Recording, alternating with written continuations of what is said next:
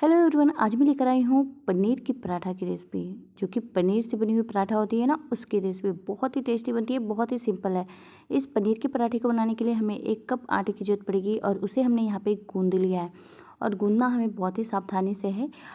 ये देखिए, ना तो ज़्यादा गीला है और ना ही ज़्यादा हार्ड है ना। बिल्कुल हमें सेम तरीके से आटा को लगाना। पराठा परफेक्ट बने इसके लिए आटा को सही तरीके से लगाना बहुत ही ज़्यादा ज़रूरी है। तो चलिए अब हम पनीर के स्टफिंग बना लेते हैं। तो यहाँ पे हमने पनीर को बिल्कुल इस तरह से कद्दूकस कर लिया है ना।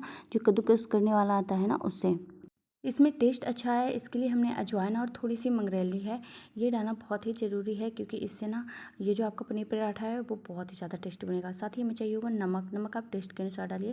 पराठा हमारा फटे नहीं, इसके लिए हमें प्याज को भी बिल्कुल बारीक काटना होगा। ये देखिए, इस तरह से बिल्कुल छोटे छोटे टुकड़ों में है ना। पनीर को भी हमने घिस लिया है और ये जो हमारा प्याज है ना, उसे भी हमने बिल्कुल बारीक बारीक काटा है ना। इससे क्या होगा ना, हमारा जो पराठा है वो नहीं फटेगा। तो यहाँ पे मैंने छोटी सी अदरक के टुकड़ों को घिस लिया है और थोड़ी सी धनिया पत्ती ली है, ज़्यादा नहीं ली है। और 2 हमने हरी मिर्च को इस तरह से बिल्कुल छोटे छोटे टुकड़ों में काट लिया है। और लहसुन की कलियाँ को भी हमने इस तरह से छीलकर घिस लिया था ग्रेटर में, है ना।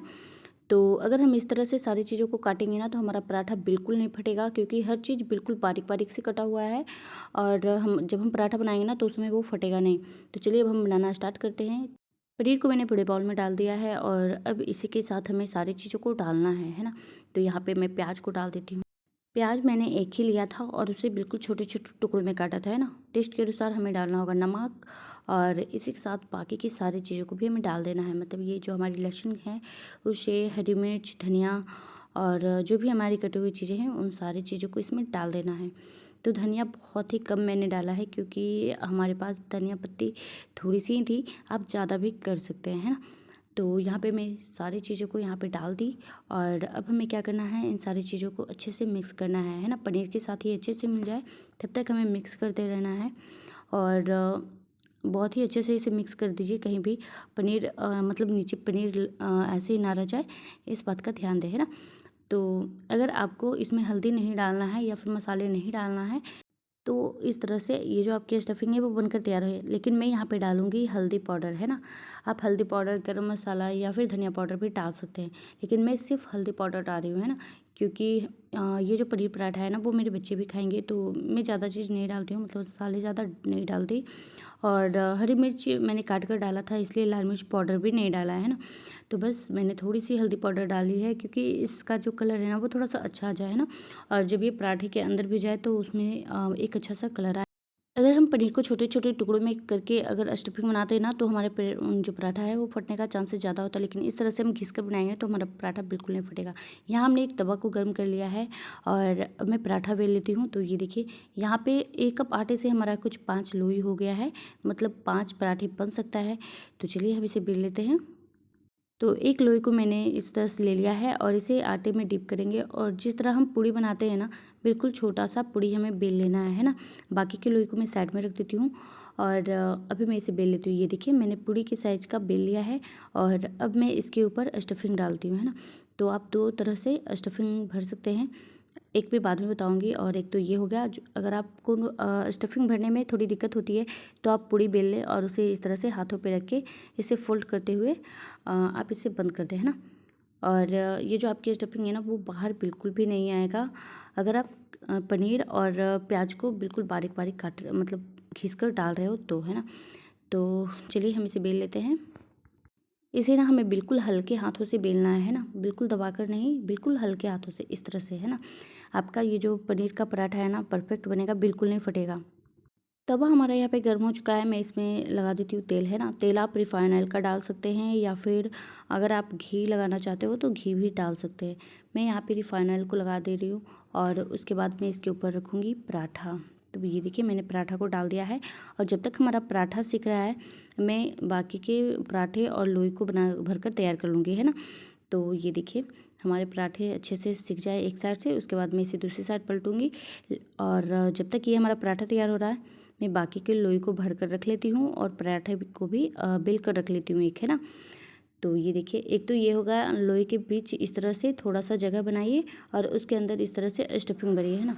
इस तरह से भी आप बहुत ही आसानी से पराठे बना सकते हैं।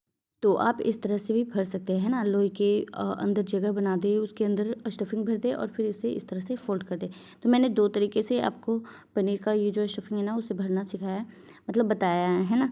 आता तो हर किसी को है, लेकिन मैंने 2 तरह से यहाँ पे पनीर के पराठे को भरकर बताया है। तो ये देखिए, इसे भी हमें बिल्कुल हल्के हाथों से मतलब इस तरह से बेलन को चलाना है ताकि ये फटे नहीं, है ना। और आप जितना बड़ा पराठा बनाना चाह रहे हो आप उतना बड़ा बना लीजिए। तो ये देखिए, ये भी जो हमारी पराठा है ना वो बनकर तैयार हो चुकी है। तो ये देखिए, पराठे हमारी एक तरफ से सिक चुके हैं, दूसरी साइड से भी हमें अच्छे से सेक लेना है इसे, है ना। और अगर आप चाहते हैं कि हमारा पराठा फुला फुला बने तो हमें क्या करना होगा, ये जो मतलब जिस भी चीज़ से आप इस पराठे को पलट रहे हैं ना उससे आपको इस तरह से गोल गोल सा घुमाना है ना। ये देखिए, पराठे के ऊपर ये जो पराठा है ना वो खुद ही फूल जाएगा और बिल्कुल हल्के हाथ से हमें इस तरह करना है ना। ये देखिए, पराठा फूल गया ना, बहुत ही अच्छा पराठा बनकर तैयार होगा। और बाकी के सारे पराठे को हमें सेम तरीके से बनाना है ना। तो ये जो आपका पराठा है ना वो फुला फुला बनेगा और बहुत ही टेस्टी भी बनेगा। और आप देख सकते हैं हमारा पराठा बिल्कुल भी नहीं फटा है, बहुत ही अच्छे से परफेक्ट पराठा बनकर तैयार हो चुका है, बहुत ही टेस्टी लगेगा। आप इसे केचप या फिर मीठी चटनी या फिर मिर्च वाली जो चटनी होती है ना उसके साथ खा सकते हैं। तो चलिए, सेम तरीके से ना मैं दूसरे पराठे को भी सेक लेती हूँ। तवे पे मैंने लगा दिया है तेल और अब मैं इसके ऊपर रख देती हूँ पराठा, है ना। ये देखिए, पराठे को मैंने डाल दिया है और जब तक हमारा पराठा सिकेगा मैं बाकी के लोई को भरकर रख लूँगी और पराठे को भी बेल कर रख लूँगी, है ना। तो इस तरह से अगर हम काम करेंगे ना तो ये जो हमारा पराठा है वो जल्दी जल्दी बनेगा और टाइम भी ज़्यादा नहीं लगेगा। तो ये देखिए, हमारी जो बाकी की लोई है ना उसमें मैं स्टफिंग को भरकर रख देती हूँ। तो फ्रेंड्स, आपको हमारी सारी रेसिपीज़ की वीडियो कैसी लगती है आप हमें कमेंट में ज़रूर बताइएगा। और मैं किस तरह से बनाती हूँ, अच्छे से वीडियो बना पाती हूँ कि नहीं, ये भी आप हमें कमेंट में ज़रूर बताइएगा, है ना। और अगर अभी तक आपने हमारे चैनल को सब्सक्राइब नहीं किया है तो प्लीज़ हमारे चैनल को सब्सक्राइब कर दें और साथ ही बेल आइकन दबाना बिल्कुल मत भूलिएगा और अपना सपोर्ट बनाए रखिएगा, है ना। तो ये देखिए, हमारा पराठा एक साइड से सिक चुका है और अब मैं इसके ऊपर ना तेल लगा देती हूँ। आप घी भी लगा सकते हैं ना, अगर आपको तेल खाना पसंद ना हो तो आप घी भी लगा सकते हैं। और घी को लगा कर ना आप दूसरी साइड से भी इसे सेक लीजिए। ये जो आपका पनीर पराठा है वो झटपट से बनकर तैयार हो जाता है, इसे बनाने में ज़्यादा मेहनत भी नहीं लगता है और सबको बहुत ही ज़्यादा पसंद आता है ना। मैं दूसरी साइड से इसी तरह से चम्मच को चलाते हुए इसे फुलाने की कोशिश करूँगी, है ना। आपके हर पराठे तो नहीं फूल पाएंगे, लेकिन हाँ, इस तरह से अगर हम करेंगे ना तो पराठे अंदर से भी अच्छे से सिक जाएंगे और ये फूल भी जाएगा, है ना। तो हर पराठा तो फूलता नहीं है ना। तो ये देखिए, मैंने इसे भी अच्छे से सेक लिया है दूसरी साइड से। अब मैं इसे पलट देती हूँ लेकिन उससे पहले मैं इसके ऊपर लगाऊंगी तेल। तो ये देखिए, मैंने लगा दिया है इस पर तेल और अब मैं इसे पलट कर दूसरी साइड भी थोड़ी सी और पका लूँगी, है ना, मतलब इसे सेक लूँगी। तो ये देखिए, ये जो हमारा पराठा है ना ये भी बहुत ही अच्छे से सेक कर तैयार हो चुका है। और इसमें आपको कलर भी दिख रहा होगा, बहुत ही अच्छा सा कलर भी आया है, बिल्कुल ब्राउन ब्राउन दिख रहा है।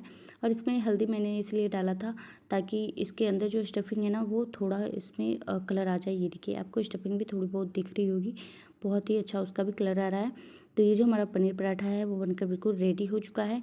और मैंने यहाँ पे आपको 2 पराठे बनाकर दिखाया है और बाकी के पराठे मैं बाद में सेक लूँगी। तो ये देखिए, हमारे पराठे बनकर बिल्कुल रेडी हो चुका है। चलिए मैं इसे प्लेट में निकाल कर आपको दिखाती हूँ।